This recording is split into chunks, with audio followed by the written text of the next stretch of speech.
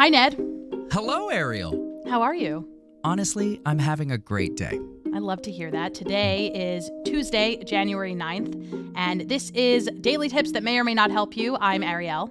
I'm Ned. Love that. We did establish that at the top, but we We always did. like to say it again. Look, we just like to know who we are. And you should too. Thank you. Oh, that was to them. Yeah. Sure. Yeah, whatever.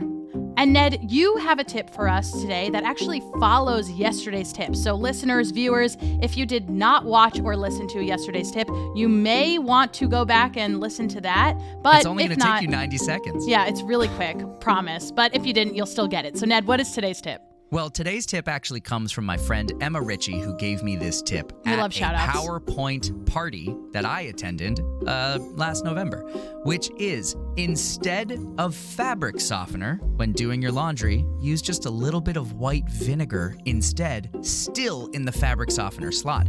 The reason is laundry detergent coats your clothes, and it works really hard to get all of that soap off your clothing at the end of a rinse, but vinegar is actually scientifically better at breaking down laundry detergent and getting it off your clothes. So if you put white vinegar into that fabric softener at the very end of your run, the white vinegar goes in, it will rinse everything off your clothes, and your clothes will come out feeling softer and better and more wonderful. And how's the smell?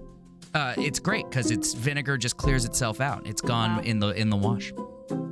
It all comes out in the wash, doesn't it? It does. So anyway, white vinegar in the fabric softener slot, just a little bit, will do wonders. Don't use fabric softener.